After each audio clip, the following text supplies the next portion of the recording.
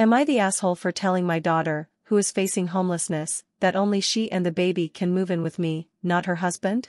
The husband has lived in their apartment for several years. The owners recently sold it and the new ones are moving in, so my daughter and her husband have to move. The problem is rents have gone up dramatically. The rent they are paying is $1,100 for a one-bedroom, which I thought was a lot, but now that I'm trying to help them find a place, most are now going for around $2,000 a month or more. They can't afford this.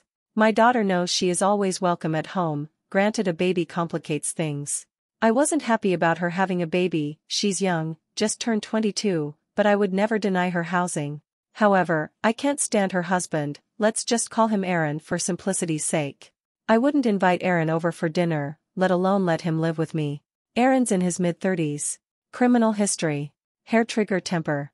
Chronically immature and has one hell of a jealous/possessive streak that has caused a strain in their relationship, which I obviously do not approve of. Honestly, when she told me she was pregnant, I finally thought we'd be rid of Aaron. I genuinely thought he was exactly the kind of man to ditch. They'd been on and off over and over since she was about 18-19.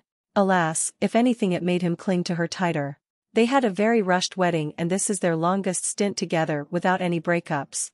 Just over a year.